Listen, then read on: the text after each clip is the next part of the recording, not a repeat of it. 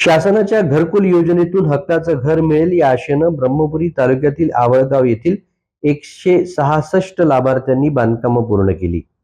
मात्र गेल्या 4 वर्षांपासून त्यांचं अनुदान रखडलं आहे. प्रशासनाच्या या दिरंगाईमुळे संतप्त झालेल्या लाभार्थ्यांनी शेतकरी नेते विनोद झोडगे यांच्या नेतृत्वात पंचायत समिती कार्यालयावर धडक देत तीव्र निदर्शनं केली. 2021 पासून मंजूर झालेल्या या घरकुलांसाठी अनेक लाभार्थ्यांनी उधार उसनवारी, खाजगी कर्ज आणि साहित्याची उधारी करून घरं उभी केली.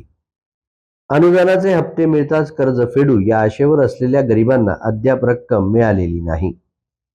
वारंवार निवेदनं देऊनही प्रशासनाने याकडे दुर्लक्ष केल्यानं लाभार्थ्यांवर आता आत्महत्येची किंवा कर्जबाजारी होण्याची वेळ आली आहे.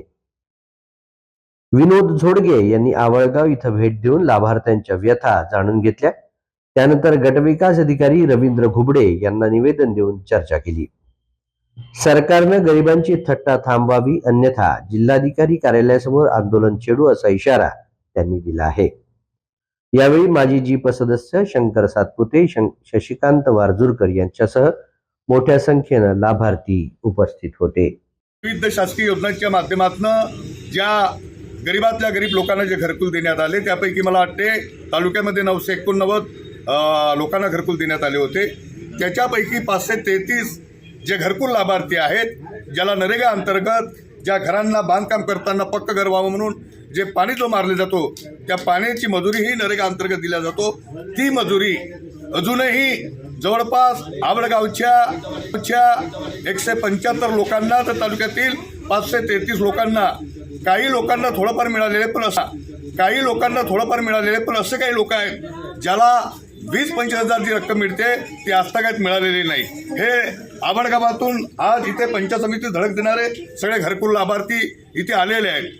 खरं तर मी कॉम्रेड विनोद आर्थिक जिल्हा सदस्य म्हणून कालच आपला इथे आवडे चर्चा केली.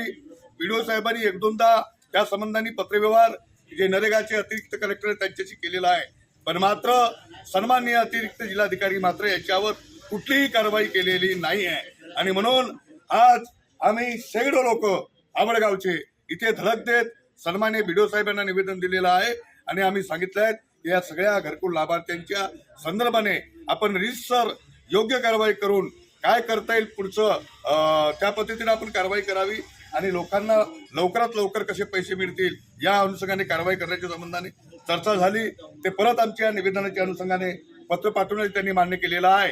पण आजच्या या आंदोलनाच्या अनुषंगाने मी सांगू इच्छितो, आम्ही येणाऱ्या सोमवारला सगळ्या या आवळगावच्या घरकुल लाभार्थ्यांना घेऊन मी कलेक्टर ऑफिसवर धडक देणार आहे आणि ज्यांच्याकडे हा काम तो लटकलेला आहे, ज्या प्रांतिक अडचणीमुळे ज्यांचे मजूर निघत नाहीत आणि पैसे मिळण्यात अडचणी निर्माण होत आहेत, त्या संबंधाने आम्ही सन्माननीय कलेक्टर साहेब, सन्माननीय मुख्य कार्य अधिकारी यांच्याशी चर्चा करून हा प्रश्न आम्ही मार्गी लावणार आहोत.